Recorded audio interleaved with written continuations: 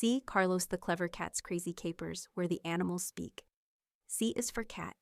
Cats can be very curious, and they love to play. Carlos was a cat, and he wasn't just any cat.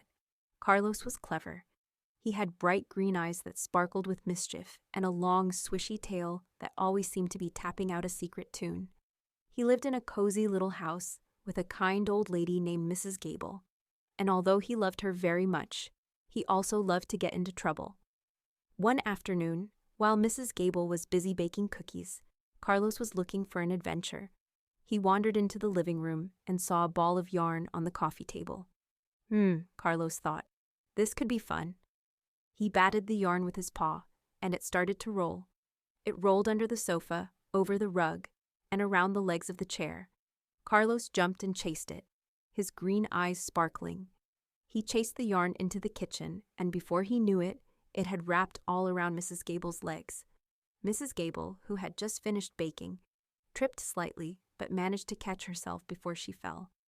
"Carlos," she exclaimed with a chuckle, "what have you been up to?" Carlos looked up at her with big, innocent eyes, but then his tail swished and he giggled to himself. Mrs. Gable shook her head, but she was secretly happy that Carlos had come to say hello. She carefully unwrapped the yarn and put it back on the coffee table. "Be careful," she said. She knew that being careful was hard for Carlos. Carlos, wanting to redeem himself, decided he would do something nice for Mrs. Gable. He went into the garden and saw a small birdhouse. It was crooked on its post, and it looked a little sad. "I know what to do," thought Carlos. He carefully climbed up the post, and using his clever paws, he straightened out the birdhouse. Just then, he heard some children giggling.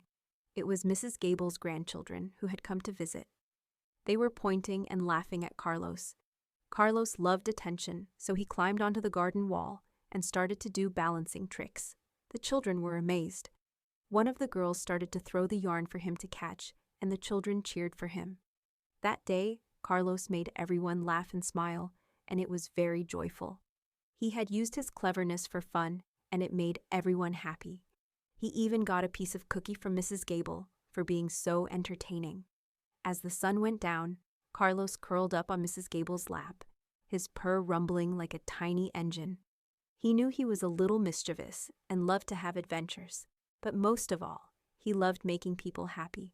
From that day forward, Carlos continued his crazy capers, but he made sure he used his cleverness to bring joy and laughter wherever he went.